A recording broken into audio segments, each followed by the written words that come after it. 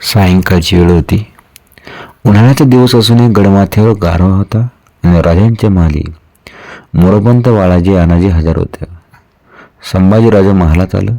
राजांना म्हणाला, आबासाहेब, पाग्याची इमारत पुरी झाली, आपण जरा नजर टाकाय. असं हिरोजींची इच्छा आहे आणि तुमची? राजांनी विचारलं. आपण याल म्हणून मी शब्द दिला आहे, संभाजीराजे म्हणाला. पण युवराज, आम्ही मोहिमेबद्दल बोललो आहोत. पागा उद्या पाहिली तर नाही का चालणार? अनाजीने विचारलं. अनाजींचा प्रश्न अनपेक्षित होता. सारांची नजर त्यांच्याकडे वळली. संभाजीराजांच्या चेहऱ्यावर क्षणभर संताप उमटला. संयम राखीत म्हणाले, ते आबासाहेबांनी ठरवायचं. राजा हसला, म्हणाला, अनाजी, युवराजांनी शब्द दिलाय तो पाळायला हवा आणि मोहिमेबद्दल आपल्याला जाता जाताही बोलता येईल. संभाजीराजांच्याकडे वळून राजा म्हणाला, बाळराजे येतात का पहा, त्यांना फिरायला यायला आवडतं. युवराज गेले. राजा अनाजींना म्हणाले, अनाजी, आम्ही राज्यकारभार युवराजांना सांगत आहोत. त्यांच्या शिलेदारांच्या यादीत रुपाजी भोसल्यांसारखी जबाबदार माणसं घातली आहे. तरुण वयाच्या हुरूपात ते आहे. तो हुरूप टिकवला पाहिजे. त्यांच्या शब्दाला वजन प्राप्त करून देण्याचं हेच वय. शिकार आणि राज्यकारभार सारखाच मानतात युवराज. अनाजी बोलून गेले. ती गल्लत आमच्याही जीवनात घडली होती, पण दादाजीने आमचं लक्ष इकडं वळवलं. आमच्या त्यांनी युवराजांचा शिकारीचा शौक आला, म्हणूनच राज्यकारभाराची जबाबदारी त्यांच्यावर टाकली. रोवून घेतलं. तर रोवतील ते. अनाजी काही बोलले नाही. त्याच वेळी संभाजीराजे महालात आले. त्यांना एकटंच आलेलं पाहून राजांनी विचारलं, बाळराजे आलेले नाहीत? आईसाहेब म्हणाले, त्यांना फिरायला नेऊ नका. आईसाहेबांना सांगा की आम्ही बाळराजांना फिरायला नेत आहोत, त्यांना घेऊन या. युवराज गेले. राजा उठत म्हणाले, चला अनाजी, पाहू पागा कशी सजले. आणि जगदीश्वराचंही दर्शन मात्र तिकडं घडेल. राजा महालाबाहेर आले. संभाजीराजांची गाठ पडली. युवराज एकटेच आले होते. राजांनी विचारलं, बाळराजा कुठं आहेत?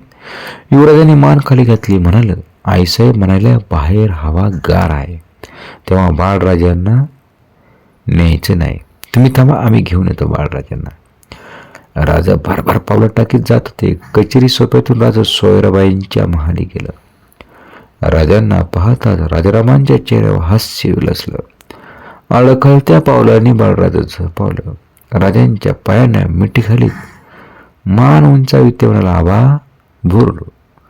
हो, जाऊया. आणि राजांची नजर सोयराबाईंच्याकडे गेली.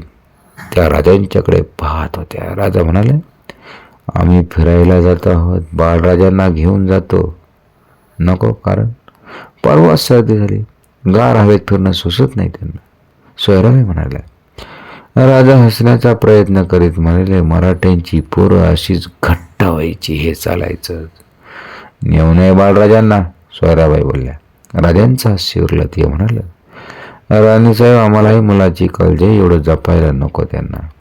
सोयराबाई किंचित हसल्याचा भास झाला. त्यांचे शब्द म्हटले, बरोबर आहे, आपल्याला 2 मुलं आहेत, मला मात्र एकच आहे. एखादा आसूड फुटावा तशी तीव्र वेदना शर्मा राजांच्या चेहऱ्यावर उमटून गेली आणि डाव्या हाताने बाळराजांची मिठी सोडवीत ते बोलला, राणीसाहेब, हे बोलला नसता तर फार बरं झालं असतं. राजा वळलं. राजारामांचं रडणं आणि मागून येणारे त्यांची पावलं राजांना कळत होती.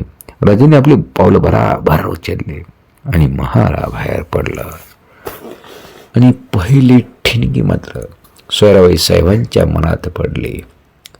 सवतपणाची आणि सावत्र पुत्र संभाजीराजांची. छत्रपती शिवरायांना सर्व घर एकत्र बांधायचं होतं, पण सोयराबाई साहेबांनी अखेर मात्र दुधात मिठाचा खडा टाकला आणि माझं परक हे मात्र बोलू लागल्या. आणि ते शिवाजीराजांना नको होतं.